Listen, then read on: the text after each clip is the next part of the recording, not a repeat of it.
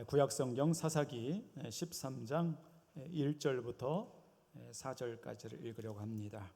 찾으셨으면 한 번 더 자리에서 모두 일어나셔서 우리 하나님을 경외하는 마음으로 한 목소리로 저와 함께 읽을 때 큰 소리로 읽습니다. 시작. 이스라엘 자손이 다시 여호와의 목전에 악을 행하였으므로 여호와께서 그들을 40년 동안 블레셋 사람의 손에 넘겨주시니라. 소라 땅의 단 지파의 가족 중에 마누아라 이름하는 자가 있더라. 그의 아내가 임신하지 못하므로 출산하지 못하더니 여호와의 사자가 그 여인에게 나타나서 그에게 이르시되 보라, 내가 본래 임신하지 못하므로 출산하지 못하였으나 이제 임신하여 아들을 낳으리니 그러므로 너는 삼가 포도주와 독주를 마시지 말며 어떤 부정한 것도 먹지 말지니라. 아멘. 자리에 앉아 주시기를 바랍니다.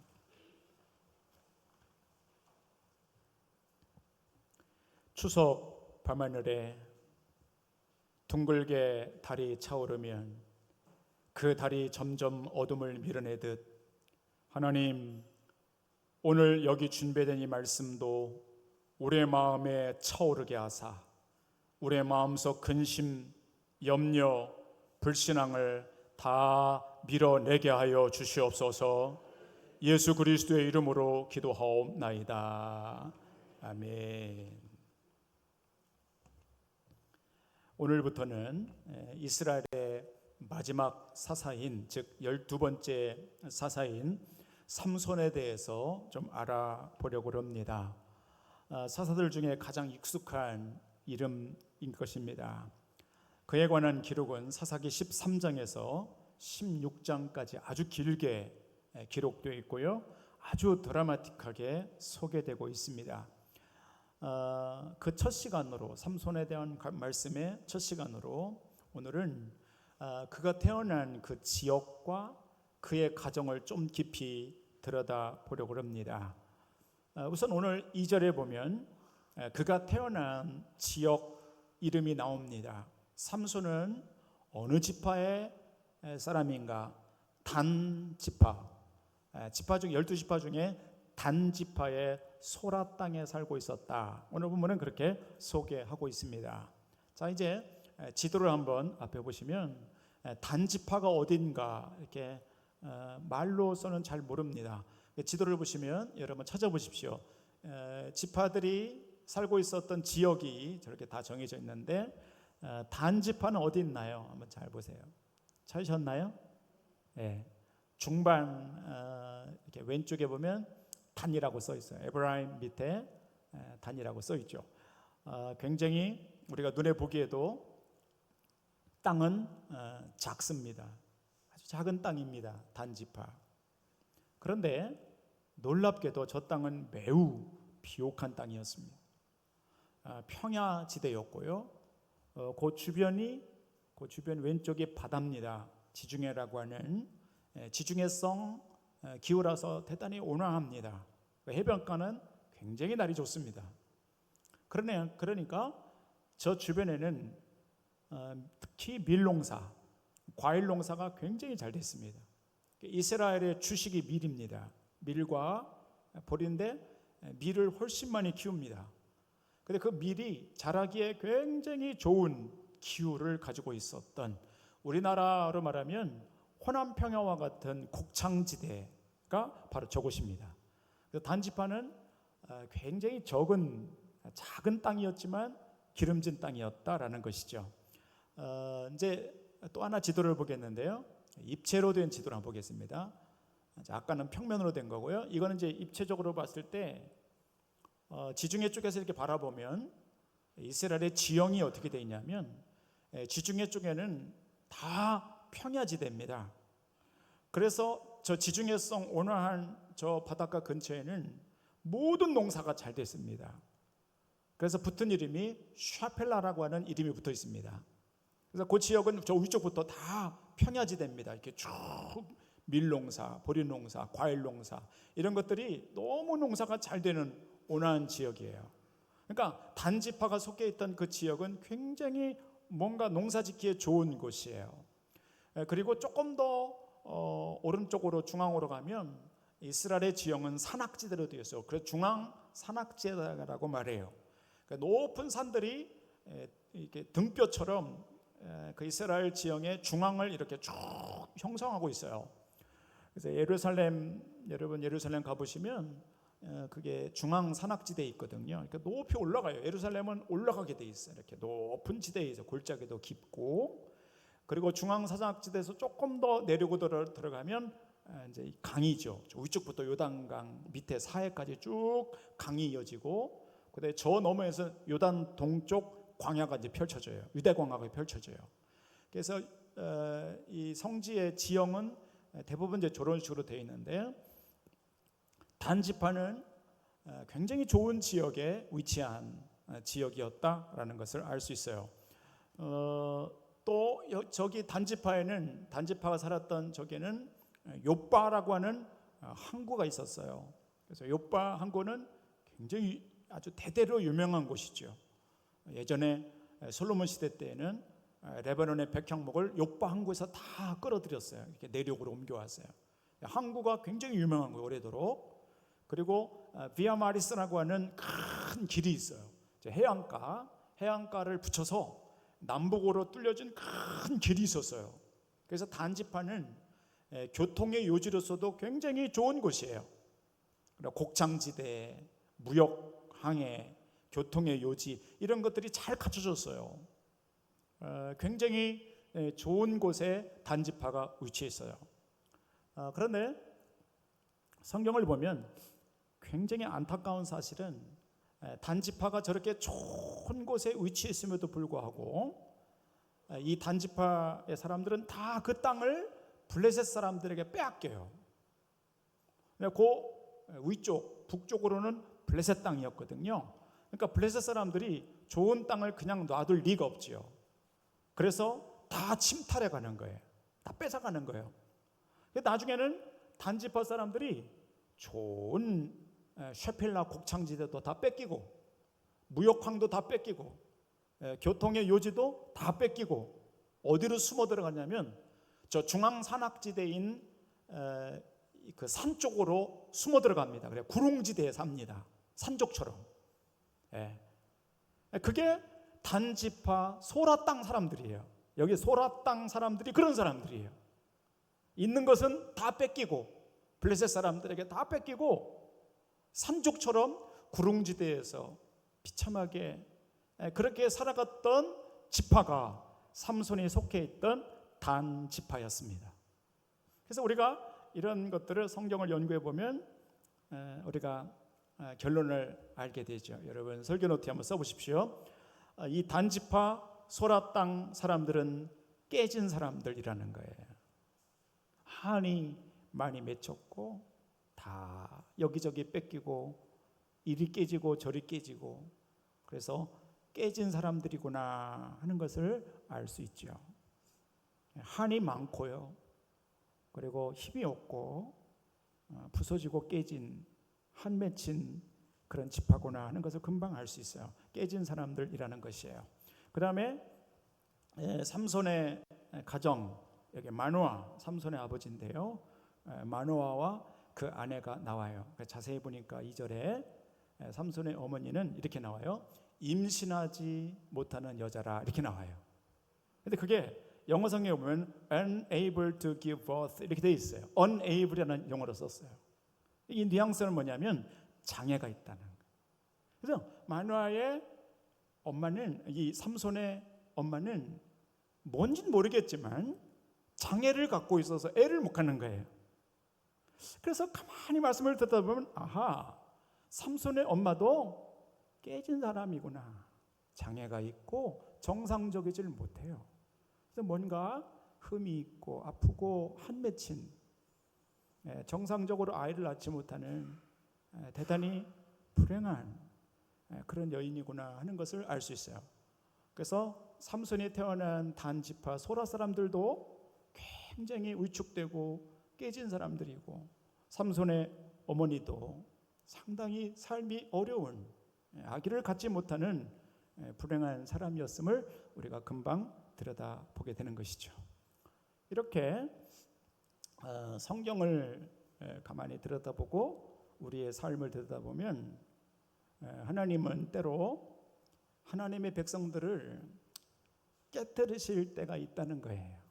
늘 그런 건 아니지만 어느 순간에 하나님의 사람들이 잔인하다 싶을 정도로 부러질 때가 있고 하나님이 깨실 때가 있다는 거예요.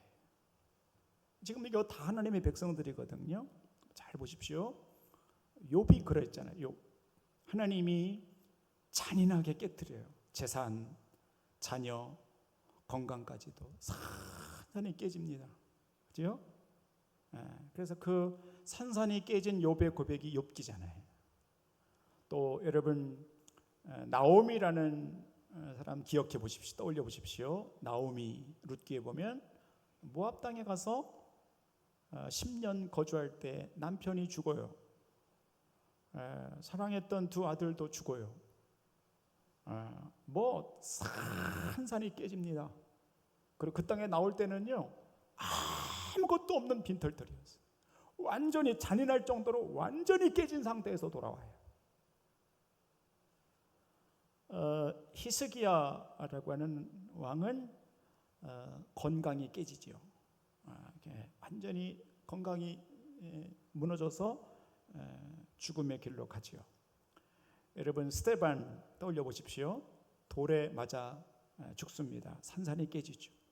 예수님께서도 십자가 위에서 잔인하게 깨지셨죠.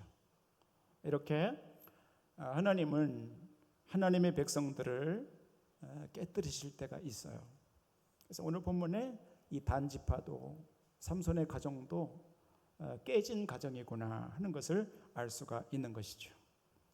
자, 이제 사랑하는 성도 여러분, 우리의 삶 가운데서도 하나님이 때로 여러분들을 깨뜨리실 때가 있습니다. 그때 어떻게 생각하느냐가 대단히 중요합니다. 그때 우리 성도들이 어떤 믿음, 어떤 생각을 가지고 그 시련을 이겨야 되는가가 굉장히 중요합니다. 그래서 오늘 두 가지를 말씀드리는데 보시면 3번에 하나님이 나를 깨실 때 여러분이 생각해야 될 게 첫 번째는요, 써보십시오. 그 속에 하나님의 정밀한 계획이 있음을 믿어야 합니다. 정밀한 계획이라고 써보십시오. 정밀한 계획이 그 속에 들어있음을 잘 붙들고 있어야 됩니다. 두 번째는 하나님의 숭고하고 거룩한 목적입니다. 하나님의 목적과 뜻이 그 안에 있다라는 것이. 하나님의 목적이 그 안에 있다라는 거예요. 그래서 이 용어들을 잘 마음에 한번 새겨 놓으십시오. 하나님의 정밀한 계획이 그 속에 있고요. 하나님의 숭고한 목적, 뜻이 그 안에 있다는 거예요. 그래서 그거를 잘 붙들고 믿고 견디는 게 진짜 믿음이에요. 정말 믿음이 깊은 사람들은요, 어떤 고난이 와도 무엇이 나를 깨트린다 해도 하나님의 정밀한 계획이 있을 거야. 내가 모르는 하나님의 거룩한 뜻이 이 안에 있을 거야. 그 믿음 가지고 잘 견뎌요. 그런데 여러분, 그게 진짜 믿음이에요. 진짜 믿음은 그런 거예요. 정말 깊이 있는 믿음들은 그런 믿음이에요. 그런 데서 나오는 거예요. 오늘 이 말씀을 묵상하는 여러분, 여러분에게 그 믿음이 생겨나기를 축복합니다. 여러분과 저에게도 이런 게 온단 말이죠. 올 때 어떻게 하느냐? 아니 하나님, why me? 왜 접니까? 많은 사람들이 있는데 왜 저에게 이러시는 겁니까? 왜 나에게 이런 불행이 옵니까? 하고 절망하는 것이 아니라, 하고 하나님을 욕하는 것이 아니라, 내 삶이 깨졌다라고 생각할 때는 하나님의 정밀한 계획이 그 속에 있음을 믿음의 눈으로 봐야 되고요. 그리고 숭고한 하나님의 목적이 뭔가 내가 알지 못하지만 어느 땐가는 알게 될 하나님의 뜻이 있음을 믿고, 그걸 믿고 잘 견디며 하나님을 바라보고 나가는 거예요. 그게 진짜 믿음이라는 거예요. 할렐루야. 여러분과 저에게 그런 진짜 믿음이 생겨나기를 주의 이름으로 축복합니다. 예, 그런 거를 배우는 거예요. 우리가 성경을 보면서 깊이 들여다보면서 배우는 거죠. 자, 사진 한번 보겠는데요. 초등학교 아이 하나, 제가 이름이 조은길이라는 아이입니다. 금년에 10살이었는데요. 지금 4개월 전에, 지금으로부터 4개월 전 지난 5월에 수원의 매호실동 한 어린이 보호구역에서 하굣길에 학교를 마치고 집에 이렇게 오다가 신호등을 기다리고 있었어요. 그런데 이쪽 통학버스였죠. 스쿨버스가 우회전하면서 쟤를 못 본 거예요. 애가 어리니까 그 버스에서 못 보는 거예요. 이렇게 쳤어요. 우회전하면서 제가 기다리고 있었는데 쳤단 말이죠. 결국 응급실에 갔지만 소생이 안 됐어요. 그래서 숨을 거두고 말았어요. 저희 10살 아이가 이게 얼마나 힘든 일이에요. 그냥 어느 순간 사고로 애가 죽게 된 거예요. 자, 그다음 사진 보여주시면 저 엄마가 김정아 집사예요. 그 아이의 엄마예요. 집사님이에요. 여러분처럼 믿음 생활 정말 이쁘게 잘하는 집사님이셔요. 얼마나 애가 응급실에 가서 죽어갈 때 얼마나 심장이 놀라고 떨렸겠어요. 여러분 그냥 생각을 해보세요. 이 집사님은 아이의 시신 앞에서 목 놓아 울었다고 그러셨어요. 마음이 산산이 깨지는 거예요. 여러분 저런 일을 당하면 평생입니다. 이 마음이 깨져 버리는 거예요. 얼마나 힘든지 몰라요. 집사님은 인터뷰에서 이렇게 말씀하셨습니다. 때로는 은결이가 우리 곁에 없다는 게 믿기지 않아 슬퍼하고 분노하기도 합니다. 하나님이 왜 얘를 데려가셨는지, 왜 이런 일이 우리 가족에게 일어나는지 받아들이기 힘들 때도 있습니다. 하지만 이렇게 말씀하셨어요. 하지만 우리가 알지 못하는 하나님이 뜻이 있음을 난 믿어요. 우리 은결이가 저 천국에 있으니 언젠가 저 천국에서 다시 만나게 될 거라는 소망이, 그 희망이 우리 가족에겐 큰 힘이 된답니다. 그러셨어요. 여러분 이분의 고백을 잘 들어보세요. 내가 알지 못하는, 우리가 알지 못하는 하나님의 뜻이 있음을 믿는다는 거예요. 그리고 저 천국에서 다시 만나게 될 그 아들을 다시 만나게 될 거라는 그 희망이 우리 가족 모두에게 힘이 된다는 이 집사님의 고백을 가만히 들여다보면서 믿음은 이런 것이구나. 이게 진짜 믿음이구나. 그리고 정말 이런 믿음이 깊이 있는 믿음이구나 라는 것을 배우게 되는 거예요. 여러분과 제 삶 가운데서도 삶이 깨질 때가 있고 부서질 때가 있어요. 그럴 때 우리 성도들이 참 견디기 힘들어요. 왜? 하나님이 살아계시면 왜 나한테 이런 일이 일어나냐 말이죠. 그리고 하나님은 왜 이런 고통을 나에게 주시느냐 수없이 묻습니다. 그러나 그런 고통이 여러분 가운데 있을 때 반드시 기억해야 될 것이 하나님의 정밀한 계획이 그 안에 있다는 것을 보셔야 됩니다. 그리고 하나님의 숭고한 목적도 그 안에 있음을 인식하시고 하나님을 향한 믿음을 갖고 잘 버티셔야 됩니다. 오늘 이 말씀 여러분 마음 한켠에 잘 정리해 두셔서 저 김정아 집사님, 저 은결이 엄마처럼 어떠한 어려움이 우리 가운데 이렇게 올 때라도 하나님을 향한 그 믿음을 갖고 우리 성도님들이 잘 믿음으로 정리해내고 믿음으로 잘 이겨내고 진짜 믿음으로 여러분의 어려움들을 잘 이겨나갈 수 있게 되기를 바랍니다. 자, 이제 조금 더 나가보겠습니다. 이 삼손의 지파와 가정은 이 깨진 참 어려운 구조거든요. 이렇게 됐을 때 하나님이 하나님의 사람들을 깨신 후에 하나님이 하시는 것이 있어요. 절대 그냥 두지 않아요. 하나님이 누군가를 깨시잖아요. 그럼 깨지고 끝 이게 아니고요. 깨진 다음에는 반드시 하나님이 하시는 일이 있어요. 그걸 잘 보셔야 돼요. 그게 뭐냐면 써보십시오. 마지막으로 하나님이 왜 하나님의 사람들을 깨뜨리시는가? 종종 이런 일이 왜 벌어지는가? 이것 때문이에요. 표 써보십시오. 평안의 도구입니다. 평안의 도구로 쓰시려고 하나님이 우리를 깨뜨리실 때가 있다는 거예요. 다 따라서 하세요. 평안의 도구. 평안의 도구로 쓰시기 위하여 하나님의 사람들을 깨실 때가 종종 있어요. 자, 한번 생각해 보세요. 하나님이 요셉을, 야곱의 12 형제 중에 요셉을 산산에 깨뜨리시고 그를 애굽의 종으로 팔면서 얼마나 많은 고생을 해요. 입고 있던 거 다 좋은 옷도 다 찢겨서 다 애굽에 팔려가서 엄청 고생을 해요. 완전히 깨져요. 근데 잘 보세요. 깨지고 난 다음에 하나님이 요셉을 어떻게 쓰시는가? 그의 가문 70명을 구원하기 위한 평안의 도구로 하나님이 기가 막히게 요셉을 쓰세요. 또 바울도 마찬가지예요. 바울이 선교를 가면서 정말 수없이 깨집니다. 루스드라에 가서 돌에 맞고 빌립보에 가서 옥에 갇히고 수도 없이 깨지고 또 깨지고 몸에는요 안질이 있고 질병이 있었어요.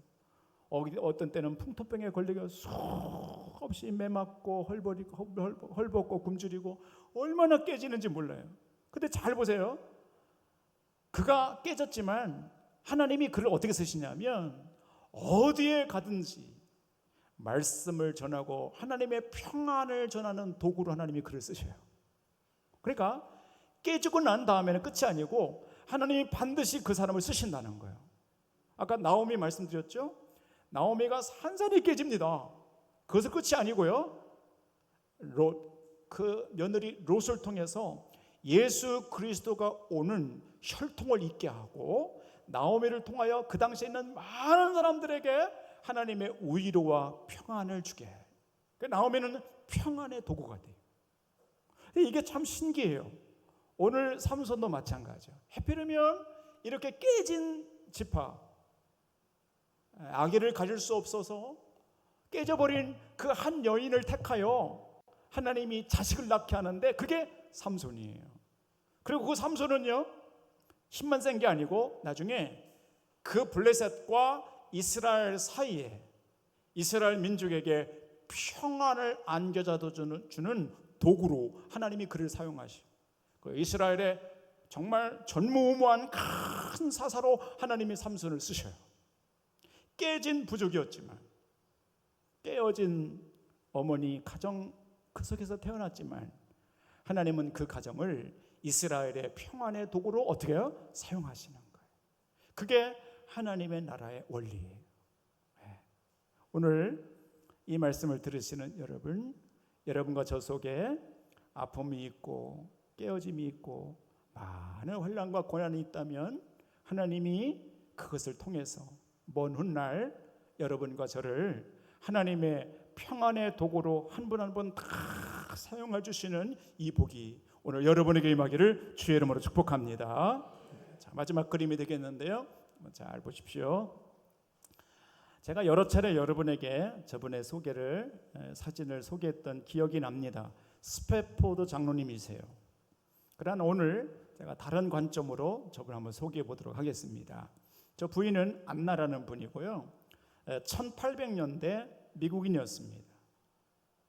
당시 시카고에 살고 있었는데 아주 잘 나가는 변호사, 부동산 개발업자였습니다. 자선 사업가로도 널리 알려졌습니다. 그런데 이분의 특징은 뭐냐면 굉장히 믿음이 깊은 사람이라는 거예요. 스패포드라는 장로님이 아내도 마찬가지고요. 1800년대는 시카고에 무디 목사님이 굉장히 이렇게 활동적으로 하고 있었어요. 근데 그 무디 목사님 옆에서 정말 헌신적으로 도왔던 좋은 동역자가 스패포드 장로님이었어요. 저분이었어요. 무디 목사님이 그런 업적을 정말 놀라운 일들을 행했거든요. 근데 스패포드 저 장로님이 늘 곁에서 같이 했어요. 정말 좋은 동역자예요. 믿음이 참 깊은 분이었어요. 이분이 있어요. 저 스패포드 장로님이 쓴 찬송가가 있어요. 그게 413장 내 평생에 가는 길 순탄하여 라는 찬송이에요. 현재 전 세계 사람들이 부르는 애창곡이 됐습니다. 이 스패포드가 이 곡을 쓸 당시에는 딸이 4명 있었습니다. 9개월부터 9세까지 딸이 칭칭이 4명의 딸이 있었습니다. 1873년 스패포드 장로님은 유럽으로 아내와 딸들을 데리고 휴가를 가기로 결정합니다. 당시에 최고급 증기선이었던 빌르드 아브르라는 편을 예약합니다. 그러나 출발 직전에 한 사람으로부터 큰 토지를 매입하겠다는 연락을 받습니다. 어쩔 수 없이 그는 아내와 딸을 먼저 영국으로 보내고 후에 프랑스에서 합류하기로 합니다. 그리고 그의 가족이 탄 그 증기선은 여러 날 동안 대서양을 항해하던 중 한밤중에 화물선과 충돌합니다. 옛날엔 그런 일이 많이 있었다고 합니다. 불과 12분 만에 침몰합니다. 안나는 4딸과 함께 침몰하는 배 갑판에서 붙들고 버텼지만 몰아치는 파도로 4딸을 모두 놓쳐버렸고 의식을 잃은 채 배 파편을 의지하여 표류하다 구조됩니다. 4딸은 시신을 찾지 못했습니다. 그냥 바닷속에 그냥 실종된 것이죠. 이 부인 안나는 웨일즈에 도착한 후 남편에게 홀로 구조됨이라고 하는 2글자의 전보를 시카고에 남아있던 남편에게 보냅니다. 자, 이 남편이 전보를 받아듭니다. 보니 사고가 났고 부인 홀로 구조된 것이 알게 됩니다. 큰 혼란에 빠집니다. 어떻게 이런 일이 내게 일어날까? 내가 하나님 앞에 잘못해서 이런 일이 벌어진 걸까? 도무지 이해가 되지 않았습니다. 산산이 깨집니다. 이 마음이, 이 가슴이, 삶이 산산조각 나는 것이죠. 사랑하는 성도 여러분, 여러분의 삶 가운데서도 늘 그런 건 아니지만 어느 순간 산산조각 나는 상황이 올 때가 있습니다. 그럴 때 참 혼란스럽고 난감합니다. 그때 이 스패포드 장로님은 상황을 정리하고 아내 안나를 만나러 배에 오릅니다. 그리고 그 배에 타면서 그 선장에게 대서양을 건너가면서 사고 지점을 알려달라고 미리 이야기합니다. 그래서 1873년 12월 새벽 2시경에 그 사고 지점을 지나게 됩니다. 거기 갑판에 많은 사람들이 그 얘기를 듣고 거기를 목격합니다. 갑판에 선 이 스패포드 장로님은 코트 주머니에서 봉투를 하나 꺼내듭니다. 그리고 어두운 불빛 아래서 떠오르는 생각을 적어내가기 시작합니다. 써내려가기 시작합니다. 그래서 그 글은 이렇게 됩니다. 내 평생 가는 길 순탄하여 늘 잔잔한 강 같든지 큰 풍파로 무섭고 어렵든지 나의 영혼은 늘 평하다. 내 영혼 평안해, 내 영혼 평안해. 저 마귀는 우리를 삼키려고 입 벌리고 달려와도 주 예수는 우리의 대장되니 끝내 싸워서 이기겠네. 내 영혼 평안해, 내 영혼 평안해. 내 지은 죄 주홍빛 같더라도 주 예수께 다 아뢰면 그 십자가 피로서 다 씻으사 흰눈보다 더 정하겠네. 내 영혼 평안해. 저 공중에 구름이 일어나며 큰 나팔이 울려날 때 주 오셔서 세상을 심판해도 나의 영혼은 겁 없겠네. 이게 써내려갔습니다. 이 곡이, 이 가사에 곡이 붙여져 찬송가가 됩니다. 이 찬송이 나오자마자 전 세계 그리스도인들이 부르는 애창곡이 됩니다. 지금까지요 수백억, 수십억의 수많은 사람들이 이 찬송을 부르면서 뭘 받는가? 하나님의 오히로와 평안을 경험합니다. 정말 불안하고 힘들 때 이 찬송을 부르면 하나님의 오히로와 평안이 깊이 부어지는 대표 찬송가가 되었습니다. 우리나라는 잘 안 부릅니다만 서양 사람들은 장례식이 나면 집례자 목사님이 그 가족에게 묻습니다. 무슨 찬송하게 원하십니까? 라고 묻습니다. 그러면 대부분 서양 사람들이 그 장례식 때 대표적인 부르는 찬양이 이 찬양이에요. 이 찬양 함께 부르게 해주세요. 그러면 그 고인을 하늘나라에 떠나보내면서 많은 사람들이 이 찬양을 부르면서 위로를 받아요. 평안을 얻고 소망을 얻고 그 장례 때 부르는 찬양이 이 찬양이에요. 여러분, 스페포드 장로님이 산산이 부서지고 깨지는 그 환난의 시기는 몰랐어요. 왜 하나님이 그러시는지 몰라요. 그러나 오랜 시간 지나고 보면 하나님의 정밀한 계획과 하나님의 숭고한 목적이 그 안에 있음을 먼 날 깨닫게 돼요. 아하, 하나님이 많은 사람들에게 오히려와 평안을 주시려고 내게 이런 어려움을 경험하게 했구나. 내가 하나님의 깊은 평안을 체험하게 하려고 하시구나. 실제로 스페포드의 장로님의 이 고백을 통해서 수많은 사람들이 하나님의 위로와 평안을 받는 평안의 도구가 됐듯이 여러분과 저도 마찬가지입니다. 때로 우리가 가운데 오는 고난과 하나님이 나를 깨뜨리신다라고 생각될 때는 항상 이 두 가지를 기억하셔서 스페포드 장로님처럼 여러분의 인생을 살아가실 때 누군가에게 평안의 도구요 위로의 통로가 되셔서 여러분 때문에 그 누군가가 하늘의 깊은 위로와 평안을 얻는 이 놀라운 은혜들이 여러분 가운데 있기를 주님의 이름으로 축원합니다. 기도하겠습니다. 하나님, 오늘 단지파 소래 땅에 태어난 삼손을 들여다봅니다. 지옥도 깨져 있었고 어머니도 가정도 깨어져 있던 그 가정에 삼손을 태어나게 하셔서 하나님의 놀라운 평화의 도구로 사사로 쓰셨던 이 하나님의 놀라운 계획이 오늘 이 땅을 살아가는 깨어진 주의 사랑하는 백성들에게도 이 놀라운 은혜가 부어지게 하여 주시옵소서. 예수 그리스도의 이름으로 기도하옵나이다. 아멘.